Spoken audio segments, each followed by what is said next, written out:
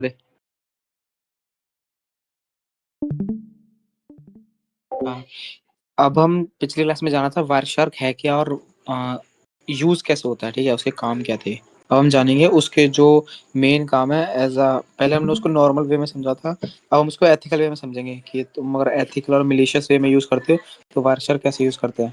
मैंने लिखा है using Wireshark as a hacker ethical और malicious involve capturing analysing and manipulating network traffic for reconnaissance and exploitation और security testing. Below are common technique hacker use the Wireshark along with the ethical consideration। जो ethical लोग हैं malicious वे में use करते हैं, वो use क्यों करते हैं, किसी चीज को डाटा को कैप्चर करने के लिए, एनालाइज करने के लिए या फिर मैनिपुलेट करने के लिए ट्रैफिक को, नेटवर्क ट्रैफिक को। और रिकोनेसेंस मतलब कि वही मतलब ना, ये कैप्चर कर रहा है चीजों को अलग अलग, हर मतलब लगभग ना चीजें, काफी चीजें कि तुम कोई प्लेन टेक्स्ट में कैप्चर कर रहे हो, कोई तुम पैकेट्स कैप्चर कर रहे हो, तुम स्क्रिपिंग कर रहे हो, तो वही रिकोनेसेंस मतलब ये ओसिंट में भी होता है कि तुमको पूरा डाटा निकालना है, ठीक है। एक्सप्लोइटेशन मतलब जो उसका डाटा निकाला हुआ है उसको तुम मॉडिफाई कर रहे हो, उसको तुम चेंज कर रहे हो। सिक्योरिटी टेस्टिंग बाकी तुम्हें पता है कि बग वगैरह, मालवेयर वगैरह, तो उसको देखना है, ठीक है। पहली टेक्निक है passive network reconnaissance. Hacker use Wireshark to sniff in unencrypted traffic and gather intelligence. पहला देखो, capture credential.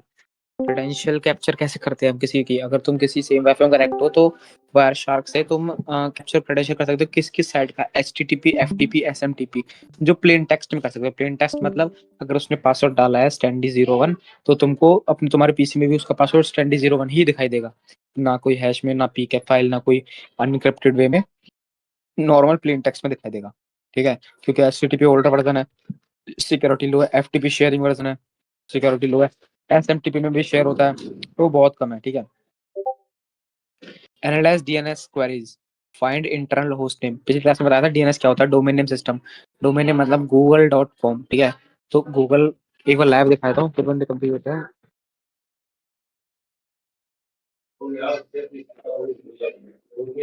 google.com DNS address.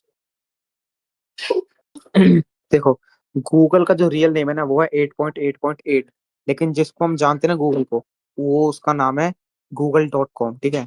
और IP देखो इसकी क्या है, ठीक है, प्राइवेट IP है बिल्कुल।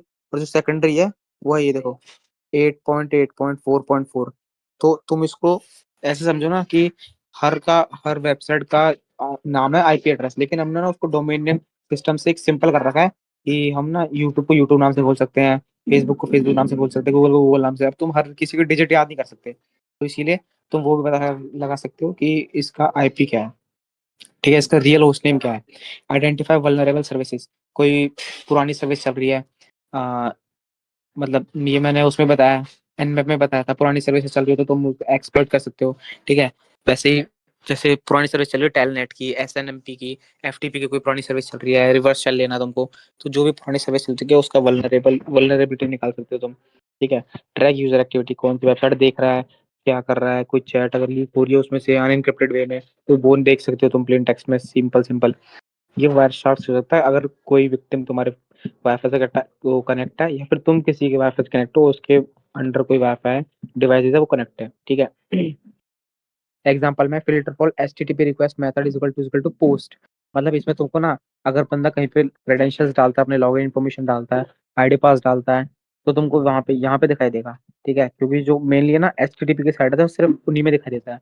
मेन अटैक दूसरा आता है MITM, जिसको man in the middle attack कहते हैं। ये प्रैक्टिकल है वैसे तो, लेकिन प्रैक्टिकल का मेरे पास PC नहीं, जैसे मैंने बताया था वो, मैं अभी लास्ट क्लास के आने में बताता हूँ। Wireshark alone does not perform MITM, but it can analyze traffic after an attack। जो MITM अटैक है ना, वो खाली वायरशार्क नहीं करता, उसके लिए तुमको एटर कैप, बेटर कैप, ये दो टूल है, इनका भी यूज करना पड़ता है, ठीक है। मतलब बेस्ट यूज होता है। ARP स्पूफिंग क्या होता है, MITM में क्या होता है, ARP स्पूफिंग। पहले समझो MITM क्या है। MITM मतलब कि तुम एक वाईफाई से कनेक्ट हो, और मतलब एक वाईफाई जिससे तुम भी कनेक्ट हो और तुम्हारे विक्टिम भी कनेक्ट है, ठीक है। तो क्या होता है कि सारा डाटा राउटर के पास जाता है, और राउटर जो अपना डाटा, राउटर की IP तो पब्लिक है, लेकिन राउट जहाँ पे राउटर से कनेक्शन आ रहा है उसकी IP प्राइवेट है, तो डायरेक्ट फिर IP पे जाता है, वो तो मेन IP पे जाता है, ठीक है। लेकिन तुम क्या करते हो कि तुम अपने लैपटॉप को एज अ राउटर यूज करते हो, वो राउटर को कंफ्यूज कर देते हो। तो राउटर एक्ट करता है एज अ लैपटॉप, और तुम्हारा लैपटॉप एक्ट करता है एज अ राउटर। तो सारा डाटा तुम्हारे लैपटॉप के पास आ रहा होता है। ये होता है MITM attack, man in the middle attack. तुम बीच में खड़े हो तो तुमसे होके सारा डाटा जाएगा जो बाद में जाएगा। ठीक है, तो पहले तुम्हारे पास डाटा आएगा, तो ये होता है MITM अटैक। पहला होता है ARP स्पूफिंग, मतलब redirect traffic to attacker's machine. ARP spoofing कैसे बताऊं कि ना, अगर कोई बंदा कोई वेबसाइट खोल के बैठा है, जैसे कुछ भी मान लो, जैसे फेसबुक खोल के बैठा है, तो तुमको क्या करना, तुमको उसको अपनी नहीं, तुमको उसको किसी और वेबसाइट पे रिडायरेक्ट करना है, या फिर तुम्हें चेक करना है कि वो कर क्या रहा है। तो ये होता है ARP स्पूफिंग। ये ये अटैकर्स की मशीन पे होता है। जैसे ना, अब मान के चलो मैं एक वाईफाई कनेक्ट हूँ, ये किसी नेबर का वाईफाई मेरे का, ठीक है, उसका पासवर्ड निकाल रखा है मैंने, तो वो उसके फोन से कितने कनेक्ट है। तो मैं MITM अटैक में अगर ARP स्पूफिंग सेलेक्ट करता हूँ, तो वैसे वायर शार्क में ARP स्पूफिंग अच्छी से होती नहीं है, होता एडर कैप और बैटर कैप में है वो। अब बाद ही में बताऊंगा, उन्हीं उन्हीं में बताऊंगा ARP स्पूफिंग जो है। तो देखो, मैं किसी वाईफाई से कनेक्ट हूँ, उससे मैं भी कनेक्ट हूँ, और जो मेरा विक्टिम है वो भी कनेक्ट है। अब मुझे, अगर मैंने ARP स्पूफिंग किया है, तो मेरे पास पहले उसका ना सारा डाटा मेरे पास आ रहा होगा एज अ राउटर। मेरा PC एक्ट कर रहा होगा, मेरा लिनक्स जो है एज अ राउटर एक्ट कर रहा होगा, तो सारा डाटा पहले मेरे पास आएगा। उसके बाद अपने राउटर पे जाएगा राउटर तो मैं हो गया, फिर मेन राउटर पे जाएगा, और उसके बाद मेन IP पे जाएगा। तो प्रोसेस तो लंबा हो गया, लेकिन उसमें एक आदमी जुड़ गया, बीच में एक आदमी जुड़ गया, इसी का नाम है man in the middle attack. ARP spoofing main attack इसका। SSL स्क्रिपिंग क्या होती है? Downgrade HTTPS to HTTP। अब समझो, HTTPS की सिक्योरिटी बहुत हाई है। तुम अगर कोई पासवर्ड डाल रहा है, तो तुमको पासवर्ड दिखा देगा हैश में। हैश मतलब 8 डिजिट का पासवर्ड है, उसने तुमको 64 बिट मतलब 64 डिजिट का कुछ दे दिया, ABCDEFGH256777, मतलब अंधाधुन कुछ भी बोल दिया, कुछ भी मतलब पासवर्ड लिखा गया, तो तुमको उसको क्रैक करना है। अब क्रैक भाई इतना इजीली तो होता नहीं है, हैश पासवर्ड इसीलिए बनाया गया क्रैक ना करने के लिए। तो हम क्या करते हैं कि SSL स्ट्रिपिंग का यूज करते हैं, उसको HTTPS की वेबसाइट छोड़ के हम उसको सेम वेबसाइट बनाते हैं। और मतलब जैसे तुम्हारा कोई, मान के चलो तुम किसी का क्रेडेंशियल निकालो फेसबुक का, तो फेसबुक क्या होता है, HTTPS:// नहीं, वो / फिर facebook.com। अब तुम्हें क्या करना है, तुमने करना ही नहीं है, तुमने डायरेक्ट करना है www.facebook.com। और तुम्हारा कोई है, अगर तुम मतलब कुछ कर सकते हो कि यहाँ दोनों डोमेन सेम है लेकिन HTTPS है, तुम HTTP ले जा रहे हो। अगर वो बंदा HTTP जो तुमने साइड पे रिडायरेक्ट किया है, ARP स्पूफिंग की मदद से तुमने रिडायरेक्ट किया उस वेबसाइट पे, तो SSL स्ट्रिपिंग से तुम ना HTTPS को HTTP पे कर सकते हो रिडायरेक्ट।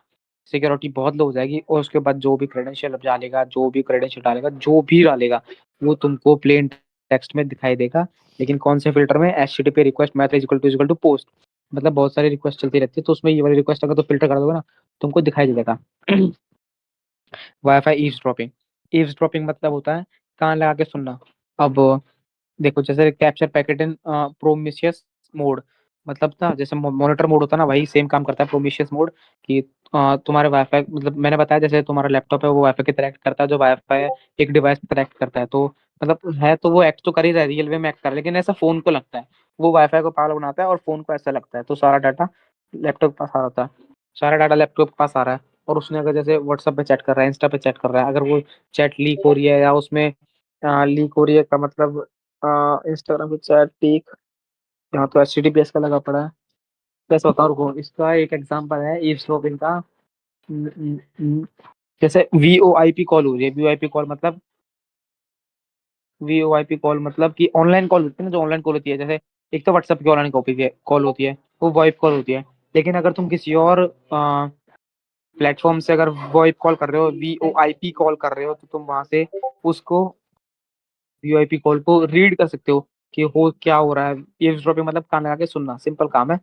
ईव्सड्रॉपिंग का मतलब एक और बात बताओ, ईव्सड्रॉपिंग का मतलब जो ऑनलाइन कॉल्स होती है, ऑनलाइन मैसेज होते हैं, जिन पे सिक्योरिटी बहुत लो होती है, तो उनको भी रीड कर सकते हो।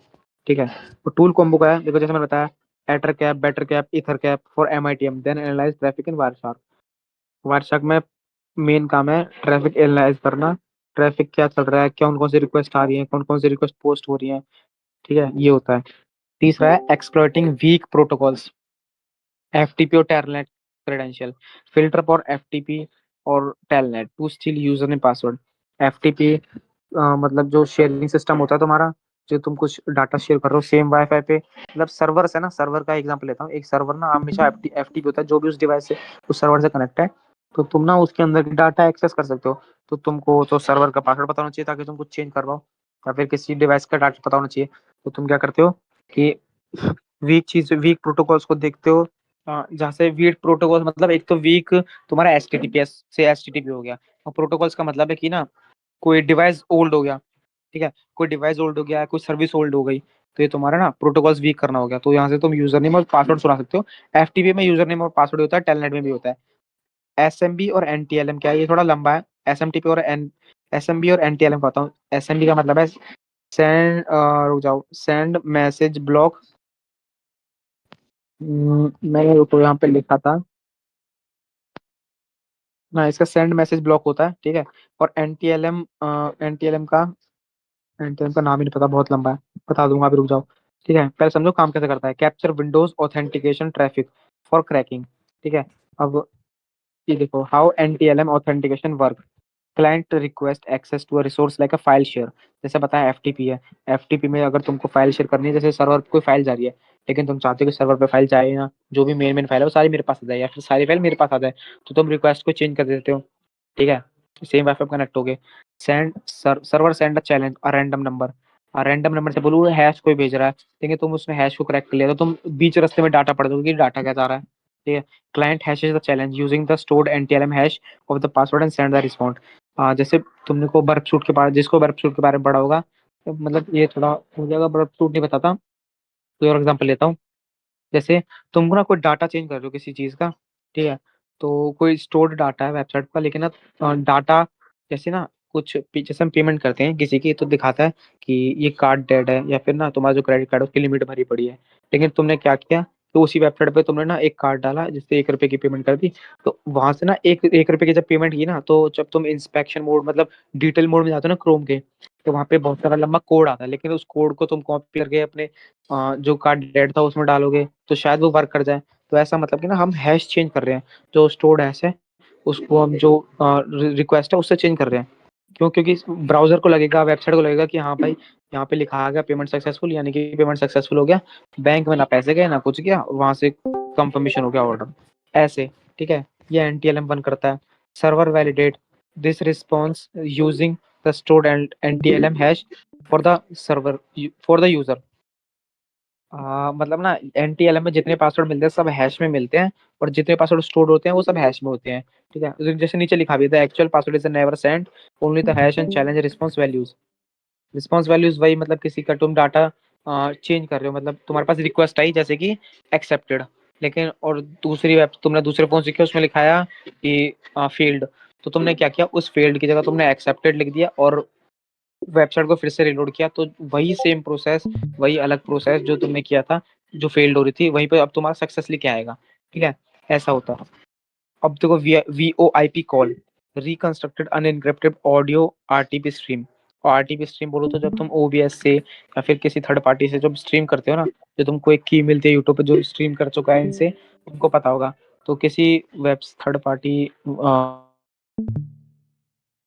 कॉल आ गया, किसी थर्ड पार्टी स्ट्रीम ऐप से अगर तुम किसी को कॉल करते हो, आरटीपी सर्वर मतलब आरटीपी बोलो तो स्ट्रीमिंग करते हो, वीडियो स्ट्रीमिंग करते हो, तो तुम उसका भी डाटा देख सकते हो कि हाँ भाई यहाँ पे ये डाटा जा रहा है, तो तुमको वो की मिल जाएगी, तो तुम उस लाइव स्ट्रीम को वहीं की वहीं एंड कर सकते हो। मतलब एक स्ट्रीम से तुम वही स्ट्रीम एंड कर सकते हो, वरना स्ट्रीम को देख सकते हो लाइव क्या चल रहा है। एनालाइज मालवेयर ट्रैफिक, C2 यानी कि command and control traffic. Detect beaconing to attacker server. Beaconing मतलब होता है कि वही वाईफाई बीकनिंग होता है कि मल्टीपल्स नेम के बहुत सारे वाईफाई बना दिए, फनी फनी नेम के, वही होगा। C2 मतलब कमांड कंट्रोल, वही सेम तुमने काफी सारे वाईफाई बना दिए, अब वो किसी और से कनेक्ट हो गया और वहां से तुम उसको कंट्रोल कर पा रहे हो। Data exfiltration, sport unusual protocol, DNS tunnelling, ICMP एक्सफिल।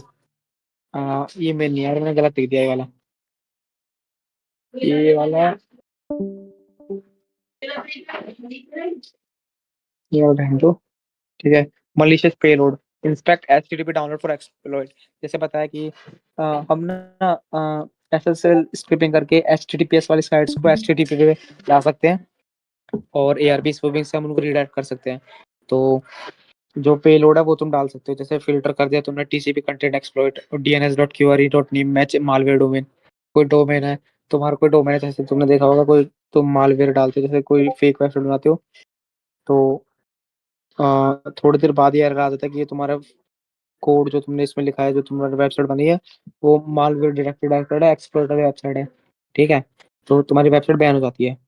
तो तुम क्या कर सकते हो कि टीसीपी कंटेंट एक्सप्लॉइट जैसे वर्ड जो होते हैं, या फिर मालवेयर डोमेन, मतलब जब भी तुम कोई कोड लिखते हो ना, तो वहाँ पे जो एक्सप्लॉइट का कोड होता है, तुम्हारे जो वेबसाइट कोड होता है, अगर उसमें एक्सप्लॉइट का वर्ड यूज हुआ है, तो वो वेबसाइट वहां से डिटेक्ट करता है। तुम अगर एक्सप्लॉइट का कुछ और कर सकते हो तो वो होता है। ठीक है, मालिशियस पेलोड का मेन काम ये है, तुम एच टी टी पी वाली साइट पे कोई मालवेयर डाउनलोड करवा सकते हो किसी से, और या फिर direct DNS query name match malware domain, यानी कि तुमने facebook.com को एक क्वेरी में डाल दिया कि जब भी कोई बंदा facebook.com पे आएगा, तो तुम्हारा ना एक आईपी पे चले।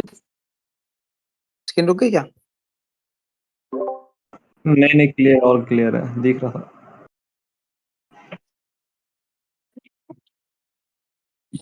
हाँ, तो जैसे बताया मैंने कि तुम dns.query.name के रिस्पॉन्स में जाओगे, तो तुमको वहाँ पे वेबसाइट का नाम डालना है, जिससे रिडायरेक्ट करना है, और उसके बाद तुमको अपने वेबसाइट की आईपी डाल देनी है। तो वो बंदा जब भी उस वेबसाइट को विजिट करेगा, तो तुम्हारी वाली फेक वेबसाइट पे आ जाएगा।